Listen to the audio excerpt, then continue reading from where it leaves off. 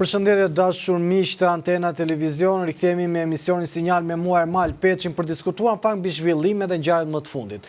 Ditën e sotme duket se SPAK ka përdorur një shpatë kundër qeverisë së Edi Ramës, një shpatë e cila në fakt ka goditur mu në zemër të kryeministrisë. E them mu në zemër të kryeministrisë për shkak të arrestimeve dhe për shkak të përmasave të mëdha që ka marrë kjo lëvizje e SPAK. Ergyll Sagaçi, një prej njerëzve të paktën sipas vënds kryeministrit Ahmetaj, i cili ka qenë njeriu më i afërt i Edi Ramës apo eminenca Gri që bënte lidhjet e grupeve kriminale me kryeministrin, sot është lëshuar një urdhër arresti nga SPAK. Drejtoresha e Akshit, njeriu e cila ka qarkulluar me miliona euro, tashmë ka një urdhër arresti nga SPAK dhe arrest shtëpie. Gjithashtu një grup biznesmenës dhe zvëns drejtori i policisë, njësoj si ato filmat apo grupet kriminale, ku lëvizin si banda dhe shantazhonin biznesmen për të tërhequr nga tendera publik. Një panoram e frikshme, një panoram e dhimbshme se ku ka përfunduar Shqipëria dhe çfarë po ndodh me këtë vend. Po sikur mos mjaftonte vetëm kjo. Duket se Altin Domani ka firmosur me dorën e vet fletën e cila ka shkuar në kuvend për heqjen e imunitetit të Belinda Ballukut, e cila e çon menjëherë drejt arrestit. Çfarë po ndodh në këtë situatë? Tash duket sikur vetë SPAK-u po shkon shumë pranë Edi Ramës. Po në anën tjetër Altin Domani për 4 vite sulmuar nga Sali Berisha si tradhtar dhe bashkëpunëtor, për 4 vite sulmuar nga njerëzit pranë zotit Berisha, si njeriu i cili ka tradhtuar besimin e qytetarëve. Një panoram sa e dhimbshme për politikën, një panoram sa e dhimbshme për Shqipërinë, e cila në fakt akoma nuk po merr kohë. Duket se qytetarët e dinë që Altin Domani është krah tyre, por politika jo. Dhe këtë do të diskutojmë, në fakt dhe kam kënaqësinë të kem në një lidhje Skype ish antari në Këshillit Kombëtar të Partisë Demokratike dhe një nga zërat më të ashtë për të paktën qëndrimet e tij publike, Sidi Hasanaj. Sidi, përshëndetje. Përshëndetje, mi mbrëmë Ermal. Sidi, do doja të falenderoja në fakt se e di që jeni dhe për një udhëtim në Itali, një vizitë e shkurtër dhe gjetët kohët për të folur me mua, por dhe për të bashkuar në emision, sepse e di dhe natyrën tuaj edhe për shkak të kontekstit punës që keni shkuar në Itali. Të falenderoja shmase dhe e vlerësoj shumë. Do doja ta nisim me njerë si di çfarë dhe çfarë e përjetove se si ndodhi ngjarja ditën e sotme. Ermal, sot ishte një nga goditjet më të forta historike të drejtësisë ndaj pushtetit politik dhe ekonomik dhe kriminal. Ndaj një, po themi, sistemi bashkërenditës ku ka 3 ingranazhe dhe sot u godit ingranazhi i parë politik, Belinda Balluku, u godit në një mënyrë të jashtëzakonshme.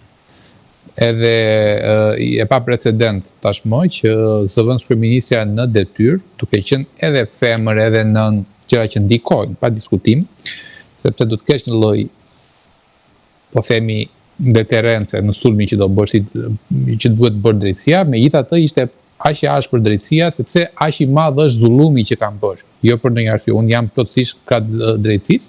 U godit ky mekanizëm, u godit mekanizmi i biznesit, që ishin disa drejtor, siç ishte zonja Milinda Kaçani, që ishte ajo që kishte çezmën rubinetin e miliarda lekëve, se na duket ndonjëherë miliona euro, po janë miliarda lekë.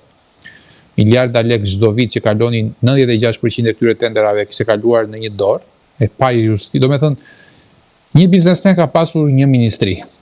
Një biznesmen, një ministri, një buxhet e një ministrie, dhe thot janë biznesmen. Pra ka një rubinet, çezma, ajo dora që hap rubinetin është Milinda Kaçniku, dhe biznesmenët pastaj ishin ata 2-3 emrat, nuk kujtohet.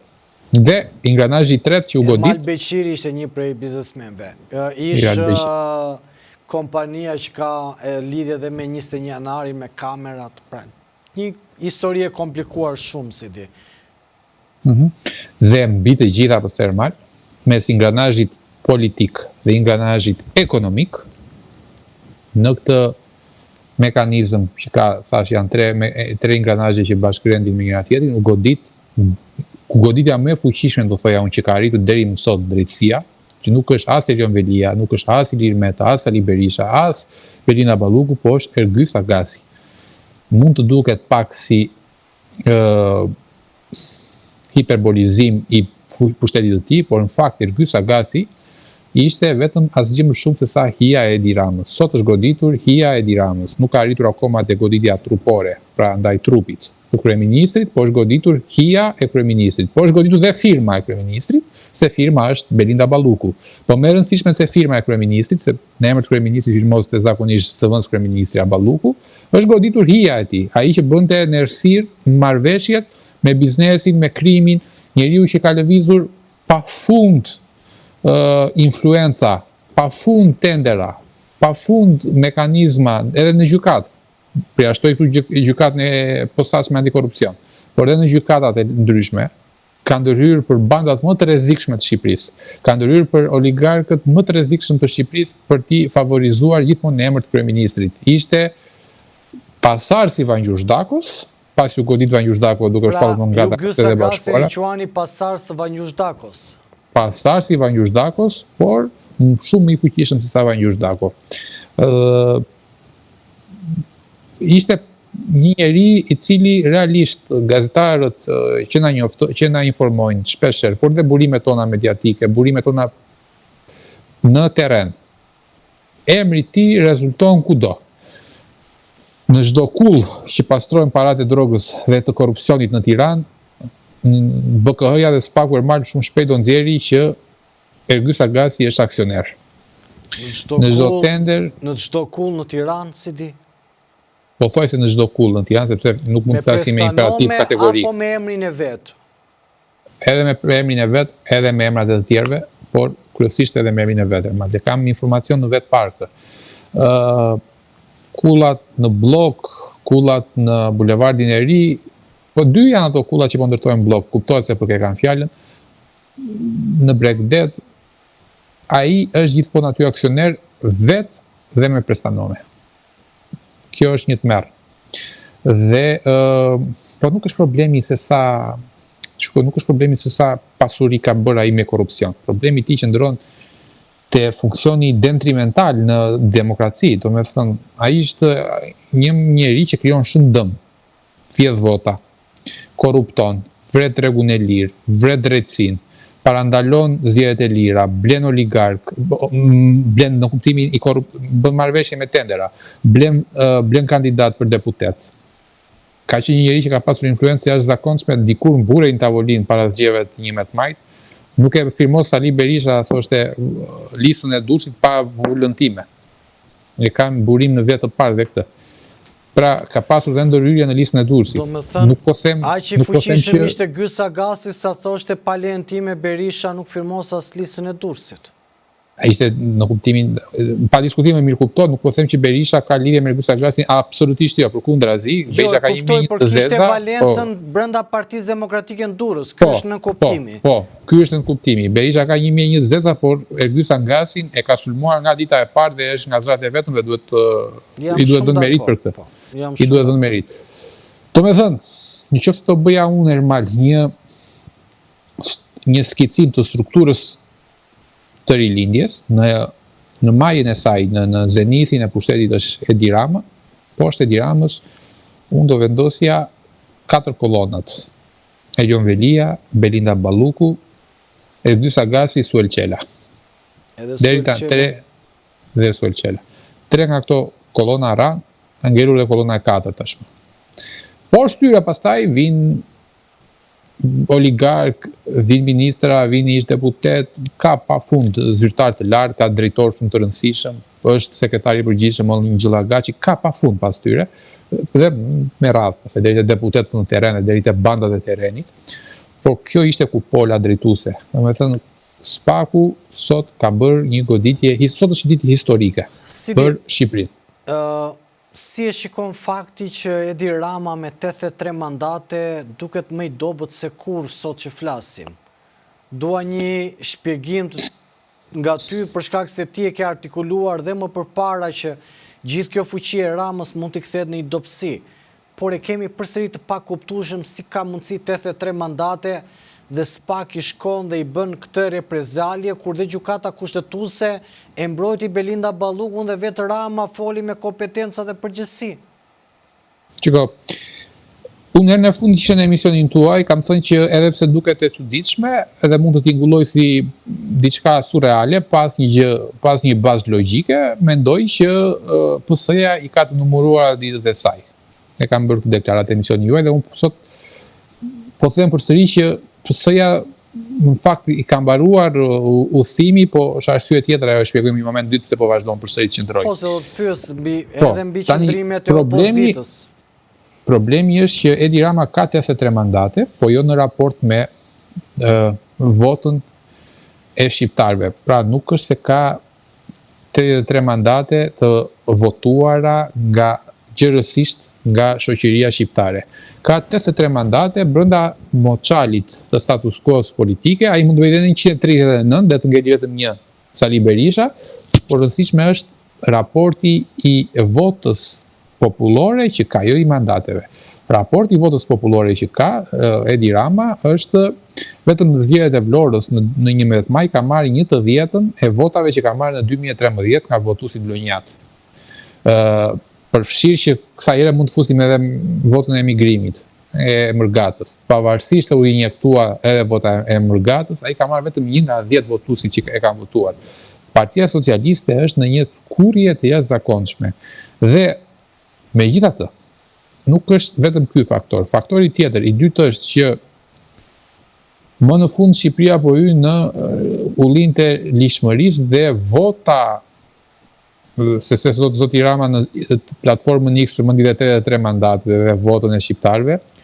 Shikoj, unë e kuptoj që këta janë politikanë të brymosur nga komunizmi, ku me vota ishte plumë për armikun, edhe me vot ishte barabart me amnisti penale, jo. Mund të kesh edhe 1 milion vota, siç i kishte në 2013, që sot ka rënë te 600.000 vota, se është më në 1 milion vota. Ka rënë me 400.000 vota, nga ato 1 milion vota që morin në 2013. Mund të kesh edhe aq vota, por ato vota kurse si nuk të japin as amnisti përballë shkeljes ligjit, as përballë vjedhjes. Por që mos të bëjmë shumë filozofi politike. Sa bukur është sot, kur ti ke 83 mandate, kur ti ke të fortë si Ergy Sagasi dhe Belinda Balluku që kanë kulla, shpërndajnë tendera, marrin 96% të tenderave. Ke gjithë buxhetin e shtetit, e ke një rubinet që jap kur të duash, merr lekët, i fut në xhep, je kaq i fuqishëm. Je kaq i pasur. Je kaq i cimentuar në çdo zyrë të institucionit shtetëror, të arkitekturës së institucioneve shtetërore. Përveç një zyre. Asaj zyrës së GK-s dhe SPAK-ut. Sa bukur është kur gjithë kjo kalaj që ti ka bërë, që ka bërë Edi Rama, është një kalaj për rëre. Vjen ajo Shtetet e Bashkuara të Amerikës dhe me një gisht të rënon të gjitha hajdutrinë që ke bërë. Madje, do më falësh se mbase nuk duhet flisja kështu, domethënë në respekt, unë e kuptoj që ti e ke shumë të theksuar respektin për bashkëqytetarët tanë, po dhe për ata 700.000 votues që të kanë votuar, dhe ai 700.000 votues janë 700.000 hajdut që të kanë votuar. Dhe ata 700.000 hajdut shumëzohen me 0. Edhe kjo për mua është dita më e bukur që mbase sa mirë që nuk kemi sovran. Ai vendi i sovranitet, domethënë sovran në kuptimin e Republikës komuniste. Maskarenca i fshihen pas nacionalizmave. Po jo më normal se nuk është dakord. Streja e fundit e maskarenjve ki e parasysh nga unë si di. Sa herë që e përdorin sa herë që e përdorin flamurin vlla, nëse e do këtë flamur, duhet bësh ekonomi, duhet krijosh ura bashkëpunimi me Perëndimin, me Shtetet e Bashkuara të Amerikës, duhet krijosh prosperitet për vendin, vetëm kështu e do Shqipërinë. Shqipërinë të duash flamurin dhe ta vjedhësh këtë vend, gati mund ta quaj me plot gojë ne korrupsionin këtu, edhe pse ligjërisht nuk mund të emërtohet i tillë, por korrupsioni mund të quhet dhe tradhti kombëtare, se në këtë përmasa kanë vajta. Kur 95, 96, 97% i merr vetëm një njeri dhe ata i delegojnë gjitha Durrës, atëre... Normal, po, unë do thoja diçka tjetër. Për mua deviza është që streja e fundit e maskarenjve është militantizmi. Unë nuk mendoj që janë të pafajshëm popull, qytetarët, votuesit populli, populli në shtresat të gjëra sociale, qytetarët që kanë pafajshëm. Po mos më fshi këtu se... Po jo, e ke parasysh e kam si tezë sot këtë, e kam si idenë time. Do me thënë, më kujtojnë ata maskarent, ata faqezinë që jidhin fishek zjarre para 3 ditësh për në nder të Belinda Ballukut. Ishin, shko, jo, janë të njëjtët, pavarësisht se emrave, janë të njëjtët që jidhin fishek zjarre për lirimin, për ndërtjen në detyrë të Erion Velis. Janë të njëjtët që jidhin fishek zjarre për Saimir Tahirin. Janë të njëjtët, po janë të njëjtët njerëz që dalin e bërtisin dikur te rruga e Shpresës, Berishës ose Aliu Ero, gjithë shqiptarët të do, poshtë bastardi i fëmijëve tanë aty Ndumani. Janë të njëjtët maskarejnë. Militantët janë ngrena. Janë të njëjtët, më fal, janë të njëjtët që protestuan para Spakut, derisa arritën e policët bashkiak me armën e punës, protestonin para Spakut ditën që u arrestuar Erion Velia.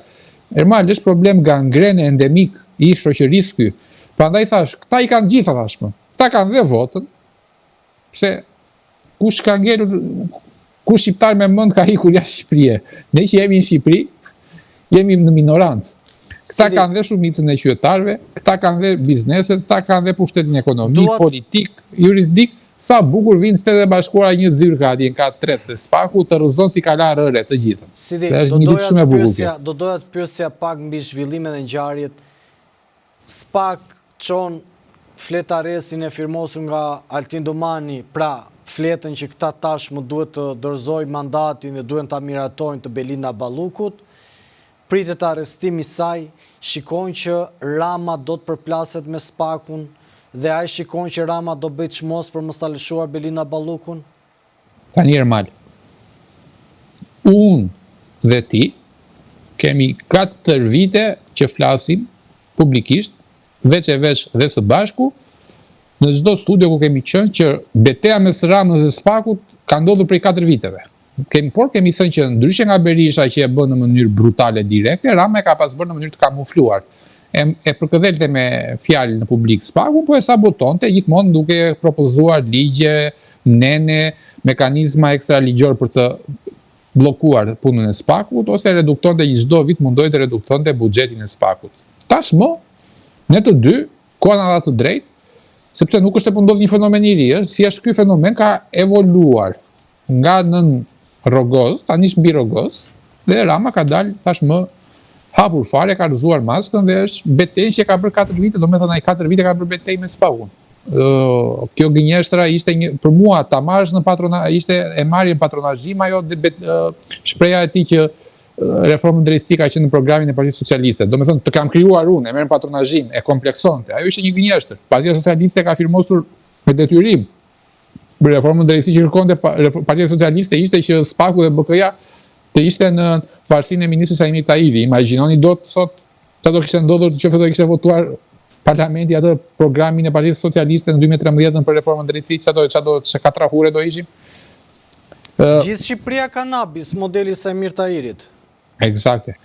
Sot Rama është përballë Spakut zyrtarisht, më fal, publikisht tashmë. Pse është publikisht? E para se Rama nuk është kur aq i fortë sa shumë veta kanë menduar. Që gjithmonë kishte një as në mëng, gjithmonë ishte ai lojtari i shahut që kishte llogaritura 2-3 lëvizje, gjithmonë nuk kishte nevojë të dilte hapur, po në mënyrë latante me një gjuhë të kamufluar, ai lëvizte fiet edhe rregullonte gjithmonë situatën në favor të tij. Absolutisht nuk ishte e vërtet. Asnjëherë nuk ka qenë e vërtet ajo. Po të kishte qenë kjo e vërtet, Edi Rama, po të bëjmë një retrospektivë normal të këtyre sa i bie tashmë 13 vite po vejmë rilindje, 12 rilindje, Edi Rama Ermal, që e ka thënë Jordan Peterson, një nga format më të forta të ligës është çmenduria. Ermal është një ekip të çmendurish.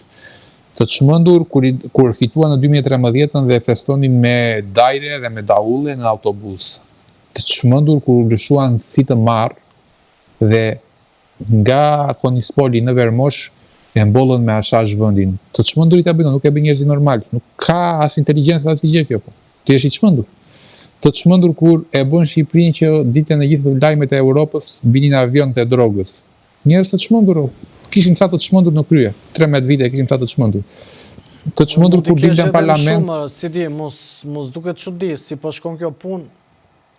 Jo, më dakord. Të çmenduri kur kanë vjedhur si ordiner fare, domethënë, se ka dhe vjedhje të kamufluara, po ta janë ordiner fare, domethënë një njeriu 96% të tenderave. Është çmenduri më fare. Ata në bashki gjithë tenderat i kishte një drejtori, ajo drejtoria e 5 drejtorëve. 5 D-ja u bën 5 drejtorë, bën një kompani, një drejtori, një kompani. Se domethënë çdo biznes ka një çezëm në depozitën e buxhetit të shtetit. Kanë vjetur shumë, kushdo nuk ka nevojë të jesh agent i trajnuar në Amerikë BK-s. Tani nga moment nuk kesh kurajo e integritet. Ne ta kesh të skalitur në mish misionin për të bërë drejtësi në këtë vend. Të çmendur në mënyrën se si kanë vjedhur zgjedhjet në 2021, sidomos në 2021. Të çmendur në artikulimin e tyre publik, imagjino çfarë budallëqesh kanë bërë Ermal, më fal që shprehem kështu, po sa grotesk kanë qenë. Imagjino pak kemi pasur president ai që hipte paralelet dhe këndonte deti më i thellë, deti më i kaltër e mali më i thellë, Ilir Meta, një çmendur. Kishim kryeministër gjatë këtij mandati. Imagjinoj çfarë njerëzish kemi pasur kryeministër, ministra, që kanë vjedhur në mënyrën më qesharake fare. Ilir Beqja që i kalonte faturat e shëndetësisë te vodhi dhe fondet e IPART-it, mbasi vodhi fondet e shëndetësisë, i kalonte në restorant fondet e shëndetësisë dhe fondet e IPART-it, vodhun dhe xhepat e europianëve. Një tuftë të çmendurish. Nuk mund t'i quash ndryshe këta. Por këta të çmendurit në këtë sistem që është krijuar, që është ka kaluar në dekantim fare, domethënë se ajo vera që kalon llumi në fund fare, tu kemi ngelur tani te vera shpirt dhe ka ngelur vetëm llumi dhe ajo që këta fitonin se ishin më të fortët, kishin arritur në një cikël që hajduti më i madh, politikani më i zhytur në llum, ishte politikani më i fortë. Kjo e mban Edi Ramën tashmë në pushtet. Edi Ramën e mban se është hajdut më i madh se sa Berisha. Çfarë do të thënë? Do të thënë se po të përballen dy hajdutur sot, ky ka më shumë para se hajdut ka vjedhur më shumë. Ky ka më shumë pushtet se ka kapur atë state capture, e ka kapur shtetin në mënyrë më mafioze. Është një simbioz Partia Socialiste shumë më e fortë me korrupsionin dhe me legjislativin, ekzekutivin dhe me administratën, se sa të është Partia Demokratike e Berishës. Pra, po fiton, tashmë jemi në kakistokraci, pra, kush është më i keqi, ai arrin ka më shumë pushtet. Nuk jemi në demokraci. Sidi, qofse që ndrojmë në këto prizëm, si e shikon faktin që Altin Domani ka firmosur për zonjën Balluku, ka arrestuar pafund funksionar të Partisë Socialiste dhe zoti Berisha, Flamur Noka dhe një shport tjetër. Edhe këtu Ermal e kemi thënë bashkë, edhe këtë do e përsëris, më falë që po ashtu, po edhe këtë e kemi thënë bashkë në këto 4 vite ju kemi tentuar gjithmonë të themi qytetarëve që edhe nëse Spaku arreston personalisht Edi Ramën, për sa kohë që Sali Berisha është përsëri pacienti Spakut, Berisha me Spakun e ka betejë, nuk e ka me Edi Ramën. Pse? Se Berishës i duhet liria, nuk i duhet që duhet Edi Rama në burg, nëse edhe vetë do biri në burg. Çdo qytetar duhet kuptoj. Është një fabull që tentoj të bënte, zoti, më thënë. Shko çfarë ka ndodhur vetëm në një javë të fundit, se vazhdon kalvari dhe vazhdon sintonia e të marrëve, të çmendurve. U zgjodh zoti Klodian Bravo, si pasardhësi i Altin Domanit në krye të Spakut. Një ditë përpara të zgjedhjeve Klodian Bravo, Shtetet e Bashkuara të Amerikës në faqen e tyre të ambasadës amerikane në rrjetet sociale publikuan një video të firmosur nga zyrtari më i lartë i Departamentit Amerikan të Shtetit, sekretari i Shtetit Marco Rubio, ku nominalisht në emër të përveçëm përgëzonin Altin Domani, zotin Altin Domani, për punën e jashtëzakonshme që kishte bërë. Kush ishte puna e jashtëzakonshme që kishte bërë Altin Domani? Kishte arrestuar Sali Berishën e kishte mbajtur 7 muaj në balkon, kat 7. Ata administrata Trump e falenderoj në mënyrën... Jo, më përqëndroj vetë Berisha në balkon, se si bëri që zoti Domani. Zoti Domani tha hajde këtu. Jo, ka pasur dhe raste tjera zoti Berisha, që ka pasur ftesa ose thirrje fletëtirje nga prokuroria dhe ka thënë nuk ka prokuror të më marri mua, para viteve, para reformës së re. Po, ato e dim, atëherë ka qenë prokurore policë vite kun, thoshtej. Po, absolutisht. Edhe provat që këto akuzat që gjej unë nuk ka nevojë të them unë prova, thoshte, por duhet i gjejnë ata provat për akuzat e mia. ja që ka prokuror që e kapi nga veshi dhe çojnë ka shtatë e mbajtë aty 7 muaj, derisa detyruar që të paraqitej si çeçua çdo vit, çdo dyernia në muaj, çdo javë, çdo të hënde të enjte në SPAK. Tani Aldin Dumani firmos arrestin e Erion Velis, firmos arrestin dhe të marrin të pandehur të gjithë kabinetit qeveritar të 2013-s, nuk e di kush ka ngelur ndonjë tek tuk, ndonjë Blendi Klosi mund të kenë ngelur, se asnjë dhe Damian Gjikmuri, po edhe ata në hetim janë. Po ka Taulan Balla, Toyota Yaris. Në hetim është Toyota Yaris, është çështje në hetim, madje një nga prokurorët që ka pasur në hetim Toyota Yaris, që kanë në hetim Toyota Yaris, është janë bravo. Në hetim është. Do ketë zhvillime edhe pa të çështje, se po mendoni që do ketë zhvillime edhe për Taulan Ballën? Pa diskutim, Erman, pa diskutim. Por tani, në vend që çfarë bë Sali Berisha? Sali Berisha çdo firmë të Altin Dumanit pro SPAK, pro opozitës, pro interesit të opozitës, pro interesit qytetarëve, pro interesit publik, pra kundër vjedhjes. Sali Berisha e përkthen në një sulm ndaj Altin Dumanit. Do me të Altin Dumani arreston Erion Velin, Sali Berisha thot Altin Dumani ky bastardi i Partisë Socialiste që po vret shokët kundërshtarët e Edi Ramës brenda Partisë Socialiste. Pa sens. Altin Dumani arreston Belinda Ballukun, Sali Berisha thot Altin Dumani e mbrojti Belinda Ballukun se s'kisha i bënte më, po e arrestoi një prokuror që në SPAK që e kam kapur unë, thot, që e kam kontaktuar unë. Marrëzira pafund. Altin Dumani godet gjithë klasën politik, gjithë spektrin politik Partisë Socialiste, nga nivel drejtori deri në nivel zëvendës kryeministri, së fundmi po marrin vesh që kanë shkuar deri te kryeministri, tek Këshilli i Ministrave.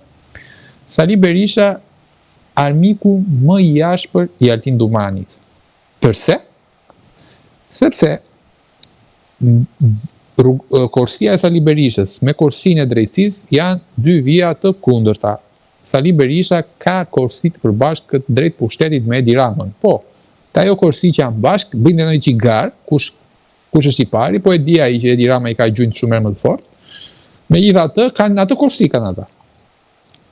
Ndërkohë, korsinë e drejtësisë që do të kishte opozita dhe shteti ligjor, është një korsi komplet e kundërt, armike me drejtësinë. Janë të njëjtët berishistët, kur them berishistët, them deputetët e Partisë Demokratike, figurat politike të kryesisë dhe të Këshillit Kombëtar të Partisë Demokratike, them analistët, gazetarët e Partisë Demokratike, të oborit Partisë Demokratike. Në këtë javë, që prapë ka qenë java e sintonisë të çmendurve, po kësaj herë të çmendurit ishin bërtitën më shumë të PD-s, sa të PS-s, kanë arritur deri aty sa kanë thënë që problemi është ne e pranojmë që Klodian Brau e zgjodhën ambasadorët amerikan dhe europian, po kjo është problemi për ne, se ja më mirë ta kapi drejtësinë Rama se sa ta kapi Amerika, se sipas tyre, nëse e kap Amerika, po kur Amerikën e kap Rama çfarë do ndodhi? Do kanë arritur deri në këto fantashkenca. Sipas tyre, Amerika është një fshat që e kap mund ta blej, mund ta korruptoj dikush. Se këtë mentalitet kanë, janë ose këtë duhet të s'kan çfarë thonë ndryshe për të mbrojtur pasuritë e tyre. Sot për të parë se sa i korruptuar është Sali Berisha dhe se sa në pozicion të gabuar është Sali Berisha me po themi pozitin që duhet të kishte si krye opozitar, ne shikojmë si qëndron në këmbë Edi Rama. Dje bëri protest para kryeministrisë Sali Berisha, kishte mbledhur më shumë se 30 veta. Një qeveri e rënuar. Një qeveri që nuk e pse qëndron në këmbë kjo qeveri? Se mjaftonte në çdo vend normal të botës, edhe me shqiptar të ishte, se nuk është çështje që është vrarë nervi shqiptarëve ose janë të trembur, absolutisht jo. Shqiptarët kësaj ere po treguan shumë inteligjent, racional, nuk po treguan emocional, fare, absolutisht, nuk po gënjen se janë të rrahur tashmë me vaje me uthull nga mbrëmtimet e politikanëve. Në çdo vend të botës do kishin dalë, do ishte rrëzuar qeveria për 5 minuta sot. 5 minuta, jo më shumë. Po nuk të bëjnë gjujnë termal, se shoh dhe personalisht. A të bëjnë gjujnë të dalësh protestosh sot me gjithë skandalet kundër Edi Ramës, dhe të protestosh që di që kur sot alternativa do jetë familja Berisha me drejtorët e djeshëm edhe me ministrat e djeshëm, po nuk të bëjnë gjujnë të protestosh më se janë të lënë ata, kur janë ata. Ata kanë krijuar një sistem vakumi tashmë. Janë bërë si tap, si vakum në Partinë Demokratike, në opozitë. Është bërë si një korsi me makina, ku makina më e madhe që është në krye të korsisë, Partia Demokratike Sali Berishës, ka mbaruar, është djegur motori, por ka bllokuar gjithë makinat e tjera që nuk e parakalojnë dot më.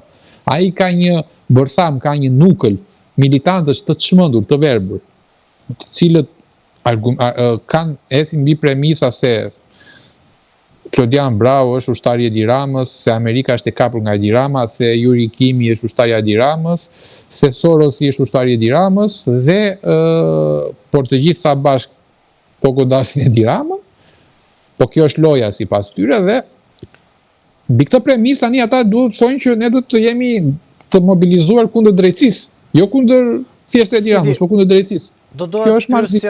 Do dohet pyesja pak, duket që në PD tashmë ka ndodhur dhe një luftë tjetër dhe kjo është pyetja e fundit për shkak se s'duan mbajtë shumë kohë se e di që je për punë në Itali dhe nuk e vajtur për qef, se po t'ishe për qef do t'isha mbajtur në 1 orë ca për emision se ka kaq shumë material sa nuk e çfarë thua. Një luftë brenda PD-s në këto momente. Flamur Noka përplaset me Saljanin. Saljani nuk ka guxim t'i thot Berishës që ti shkatrove Partinë Demokratike, ja thot Flamur Nokës. Flamur Noka fillon merret me gojdhëna. Vetë Saljani sot ka qenë në Elbasan, pra Berisha i ka dërguar mesazh Partia Demokratike, më saktë, me antarëve të Partisë Demokratike mos u bashkoni takimit Saljanit, është një takim që organizohet në Suel Qela. Qa po ndodhën këtë parti? Duket sikur Suel Qela ju shullur në tavolinë dhe ju bën ligjin. Tani, Ervin Saljani, për së vërtetës, nuk është, unë mendoj që nuk është se nuk po sulmon zotin Berisha dhe po sulmon Flamur Nokën, absolutisht jo. Madje di ai në mënyrë shumë të drejtë për drejtë e tha, pozicioni Flamur Nokës nuk e dua, nuk e synoj, nuk më pëlqen, nuk e pranoj dhe për të ma ofrojnë, ta kërkoj. Nuk është ai. Por ai po bën këtë që nuk po sulmon në mënyrë të drejtë për drejtë zotin Berisha, nuk po merret me individin Berisha dhe për mua kjo është një strategji shumë e drejtë, sepse kemi dy modele. Kemi zotin Berisha që po sulmon në mënyrën më vulgare, më... Po të shka vulgare aty, se si ka përna një zotin Berisha? Ja, i sekund, unë e kam gjithmonë dhe tezën time që ata në Taliban në mentalitet, Taliban kur vjedhin, Taliban si shpenzojnë parat, Taliban dhe në akuza, pra ata në momentin, njësë si Talibanët, që në qoftë se shofit një zonjë që është pak më e moderuar, pak më e modernizuar, më e civilizuar në veshjen e saj, nuk ban ato shallat që mbajnë në Afganistan, e gjuajnë me gur, dhe isa e vrasin, të njëjtën gjë bëjnë gratë zonjat e Sali Berishës. Po pan një grua që mendon ndryshe për Berishën, në këtë rast është zonja Duma për shembull, njësoj si talibanët me gur, fjalën e fundit, fjalën më të rënda, akuzat më të rënda që mund t'i lëshosh një zonje e ja lëshojnë. Të njëjtën gjë po bëjnë dhe me Saljanin. Kemi dy modele, do me zoti Berisha po sulmon zotin Saljani pas një bazë. Në mënyrë talibaneske, ti mendon kundër meje, ti e i shitur te Rama, Saljani bëri një vit burg. Çe i shitur është te Rama? Ku është i te Rama? Gjatë një viti që ishte në burg? Çfarë është kjo?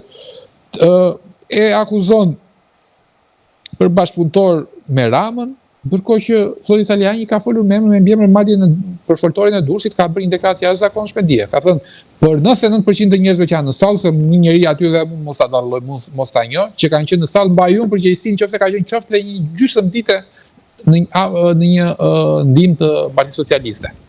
Mbajun përgjegjësi personale, ka thënë. Këto janë... Ja, i ka bërë sfidaj. Këto janë thirrje patetike, mbajun përgjegjësi për 300 veta aty. Po pse më çash të shpëtimtari e kishte fjalën, jo. E kishte fjalën për gjithë funksionarët e aty, jo për demokratët e thjeshtë. Funksionarët e partisë. Durrësi u gri me akuza, njëri i thot tjetrit je i Belindës, tjetri i thot je i Agasit. Ata u grin mor burr. Po akuzat janë një gjë, po faktet janë një gjë tjetër. Pra ai bëri deklaratë politike, akt politik dje, tha ti, pe funksionarët, sekretarët e degëve, nënkretarët e degëve, dy kryetarë të Durrësit, se Durrësi ka disa kryetarë, dy nga kryetarët e Durrësit që kishin marrë pjesë, nëse njëri nga ata ka qenë një ditë në fushat me PS-n, mbajun përgjegjësi, tha, dhe nuk e byll njëre mirë me foltore. Nuk jo më foltore, tha, po largohen përfundimisht nga PD-ja. I bëri një pra kjo është mënyra shumë e saktë që po sillet Saljani. Ndërkohë Berisha është thjesht duke bërë atë që bën gjithmonë, akuza në ajër, shpif se këta talibanët e mi me shpifje ushqen, me gënjestra ushqen. Dhe në këtë kontekst, pra çfarë po them, shumë mirë që Saljani nuk i përgjigjet shpifjeve me shpifje dhe nuk i përgjigjet sulmeve personale me sulme personale. Saljani po e godet Berishën me në metodologjinë. Si e shikon të ardhmen e kësaj lëvizje, pra çfarë do sjellë kjo përplasje? Shiko, normal. nuk ka pse të kemi pritshmëri të jashtëzakonshme që do vi një person dhe ky personi tani që s'ka rëndësi si e ka Ervin Saliani apo kushdo do rrëzoj Sali Berishën me gjithë talibanët që ka brenda. Nuk ka pse ta kemi këtë pritshmëri. Shikohet si një hap drejt çlirimit nga Berisha. Dikush do bën detyrën e tij. Saliani është duke bërë detyrën e tij. Edhe ne të dy kemi bërë detyrën tonë si dikur brenda Partisë Demokratike. Të gjithë, nëse të gjithë bëjnë nga një veprim, bëjnë nga një hap, atëherë unë gjykoj dhe që Berisha pak nga pak shporret nga Partia Demokratike. Pra nuk do ta bëj punën vetëm drejtësia, duhet të jenë dy faktor, dy vektor që godasin Berishën. Drejtësia për zullumet që ka bërë dhe politikisht, nuk mund ta vrasësh vetëm juridikisht, dhe politikisht duhet ta vrasin me të rinj, politikisht të rinj, duke i thënë që shko kush je ti, dhe atë po bën Saliani, pra. Ka bërë kontraste me Berishën. I thotë ti mendon se me Ramën nuk ka zgjedhje të lira, unë mendoj që me Ramën mundesh fitohet me zgjedhje. Dhe ja shpjegon sipas këndvështrimit të tij që po të kesh figura të reja që sjellin frym, që janë të pëlqyer te publiku, e mund Partinë Socialiste. Se në fakt me votë është rrëzuar regjimi i Erdoganit në Stamboll, 2 herë Bashkia e Stambollit. Me votë janë rrëzuar pafund sisteme autokratike. Jo më mos të rrëzohet e Dirama me votë. Po, duket sikur... Por problemi është tu, më fal, ta mbaroj se që mos të keq përm. Problemi është tu. A është njeriu Deus ex machina Ervin Saliani? Absolutisht jo, pra nuk është Ervin Saliani, këto s'duhet ngatruar.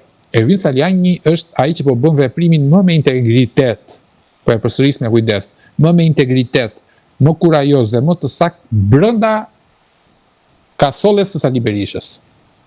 Por ata që ato janë dhe kufit e tij, pra. Sado në mënyrë të saktë, kurajoze, inteligjente të tregohet ai dhe të drejtë, prap është brenda atyre kufive të Sali Berishës. Sepse nëse ti do që ta mundësh Sali Berishën, nuk do mjaftoj Saliani, por do të duaj ai që Sali Berishën dhe ata që Sali Berishën e kanë refuzuar në çdo çast dhe në mënyrë koherente. Jo që kanë bërë ato që ti po e perifrazoj nga ty, zigzake politike. Pra, këto s'duhet ngatruar. Është një gjë tjetër ata që kanë qëndruar përballë Sali Berishës që nga 2021 dhe nuk kanë pranuar asnjë lloj marrëveshje me Sali Berishën, me koston më të madhe që të dalin nga politika, ku mund të futemi edhe në të dy, edhe pse jemi periferik fare dhe kemi qenë në nivelet më të ulta fare, kemi qenë shumë të rinj para 4 viteve. Unë vazhdoj akoma i riti çik më pak dhe shaka më fal, dhe është një gjë tjetër ky grup njerëzish, por dhe një gjë tjetër që ngelet i ri si di, ti thua për shaka, ku ta gjej njeriu që ngelet i ri? Dhe është një gjë tjetër. Se pastaj pos ngeli i ri do duhet bëj operacion flokët, mollxat, e ton të ngelet i freskët. Ja, ata nuk merremi ne me këto. Ata talibanët merren me mollxat e gridës. Ne jemi nuk kemi them njeriu është në qenie, nuk ka lidhje me njeriu për të mbajtur veten në formë, kur plaket kërkojnë që nëpërmjet kirurgjisë estetike të qëndroj në mod, nuk ka lidhje kjo me emrin fare. Ka dhe kura të tjera, Ermal, natyrale, bio, popullore. Po dakor, tani do marrë dhe atë mjekun popullore na i shpjegoj se unë i njoh këta. Bearë si e ka i po, e arua. Dhe apo e ke për mjekun Sali Berisha ti? Po mjeku, doktori është doktor, nuk ka lidhje. Se bëri dhe një thirrje doktori përmes syrit të tij që tha Ilir Ali Mehmeti, tha e ka marrë veten seriozisht që është doktor, tha. Edhe po zgjidhet me doktorin, tha Flamurnoka. Në fakt Ali Mehmeti doli publikisht si ti tha, unë votën e kam për Berishën. Po pasi tha këtë Berisha, Berisha e diskreditoi, tha ti e ke marrë veten shumë seriozisht që e doktori, tha, ai sa është ti e doktor, ai sa është Flamurnoka doktor. Dhe pasi bëri këtë deklarat Berisha, ai si njeri parashtyll kurizore, tha unë gjithmonë Berishën. Po pak doktor në Partinë Demokratike është Ritan Shehu. Shkurtimisht Sidi dhe një pyetje të fundit. Pra, jo, më falësh për te shaka se mbylla, se bëjmë edhe çik bisedë më shumë informale. Edhe Saliani pra Ermal është në rrugën shumë të durë, dhe sot ka bërë një veprim të jashtëzakonshëm për brenda Partisë Demokratike. Ajo në teatrin La Scampa të Elbasanit, foltorja e tij sot ka qenë shumë më masive, më energjike, më me frym, më me teza, më me artikulim se sa ajo që duke si vaki, teza politike për realitetin shqiptar. Ne nuk kemi Winston Churchill, edhe politikan të kalibrit botror që do bëj teza politike, do rishpiki teza politike. Ai, kur themi teza, do me thënë teza partijake, jo politike. Ai ka teza partijake. Dhe diçka të vogël. Adriatik Lapaj në shesh me 10 veta, maksimum i kap 20, qëndron dhe vetëm, flenë të ftohtë, zgjohet në të ngrohtë, ri pa drek, ha drek, ri pa dark, po nuk po mobilizon do të ku vajtën 80.000 votat të Adriatik Lapajt dhe a mendoni se Lapaj do ndezi, po shkurtimisht të pjesë. Te ajo retrospektiva e këtyre 13 viteve që pash të thash për të çmendurit, që kanë qenë 13 vite, pa diskutim për fat keq dhe Adriatiku. Adriatiku është djalë që kam shumë simpati për hir të vërtetës, por është në mënyrë të çmendur se si e kërkon protagonizmin. Pra, do të kesh çik frena, do të kesh çik racional, nuk mund të jesh me instinkte, po arsyetimi duhet të prevaloj. Ecën me sa instinktet jashtëzakonshme populiste, që është pa frena. Çdo gjë që është pa frena është marrëzi. Edhe kjo që po bën pastaj është qesharake, domethënë, thotë jemi plot 12 veta që po e gdhim këtu, thotë, po ama po qëndrojmë, thotë, janë ca tjerë që ikin dhe vinë. Çfarë mund të them unë tani për këto? E di çfarë mund të them, nuk ja vlen fare të merrem, unë duhet ta shikoj godën gjysmë, se ta shikosh godën gjysmë bosh ose ta godasësh është gjë më e thjeshtë, mund ta godasësh pafund. Sikur ku shkuan një politikan që kërkon 80.000 vota, ka këtë artikulim politik. Një politikan që do të rrëzoj sistemin ka këtë verb. Mund të rrëzosh sistemin duke thënë që shkosh vakti, më është porim 12 veta do flem gjumë këtu. Vësh e zllonin te kryeministria. Është muhabet jo racional. Por, mund do ta shikoj godën gjysmë plot, jo gjysmë bosh. E Adriatiku është djalë shumë i mirë në gjykimin tim në shumë aspekte, edhe Endri Shabani ka gjëra pozitive, edhe Agron Sheaj që un kam 1 milion kritika ka gjëra pozitive. Të gjitha copat e opozitës sot po të bashkohen jo me shumë gut, po të bashkohen sot realisht, të dalin me një platformë, të tërhiqet Berisha. Pse duhet të tërhiqet Berisha? Jo se kemi gjë personale, po se Berisha është ku të drejtësisë, le të qëndrojë Berisha nëse del pro drejtësisë. Le të thotë që nëse drejtësia godet edhe mua, edhe familjen time, nëse brenda rendit kushtetutës, pra brenda gjykatës apelit, gjykatës kushtetuese, gjykatës lartë deri në Strasburg, ne nuk po themi që të bëjmë grushteti. Unë e pranoj çdo vendim të gjykatës dhe të drejtësisë, po ai nuk thotë, ai thotë ata janë bastard, thonë, ata janë skapist. Po kjo është problemi i Sali Berishës. Pra, kjo është dhe problemi pse për Sali Berisha nuk do të jetë kurrë në krye të një proteste. Se është kundra faktorit që po rrezon Edi Ramën, jo se kemi gjë me Sali Berishën. Po pikërisht ata drejtësia godet Edi Ramën, Sali Berisha godet drejtësinë. Pastaj bën retorikë kundër Edi Ramës. Po drejtësinë e godet. Dhe po të bashkohen sot të gjithë faktorët. Grupimi Enkeli Dali Beajti, Dasha Mirshejti, Alin Qoriti, Lulzim Bashës, i kujdo partie. Dhe të bëhet një tavolinë e rumbullakët. Dhe nuk ka nevojë që të garantohet standardi moral. Fare, se nuk e garanton njeriu. Ne dim shumë mirë, të gjithë tani kanë nga një tëmet ose nga shumë tëmeta përveç dikujt, ndonjë emri të përveçëm. Të gjithë ta kanë tëmeta. Atëherë kush është standardi dhe kush është mekanizmi që tëmetat e tyre i limiton maksimalisht? Vetëm jemi drejt fundit, mundohu sa më shkurt. Është në qoftë se këta të gjithë në një tavolinë të rumbullakët, që është shumë e rëndësishme të jetë rumbullakët, se këta nga kjo vuajnë, që duan tavolinën me të parin të jenë të i pari i vendit, duan të zihen se s'bën kush është i pari, s'ka të parë. Vendosin një kusht, vetëm një kusht.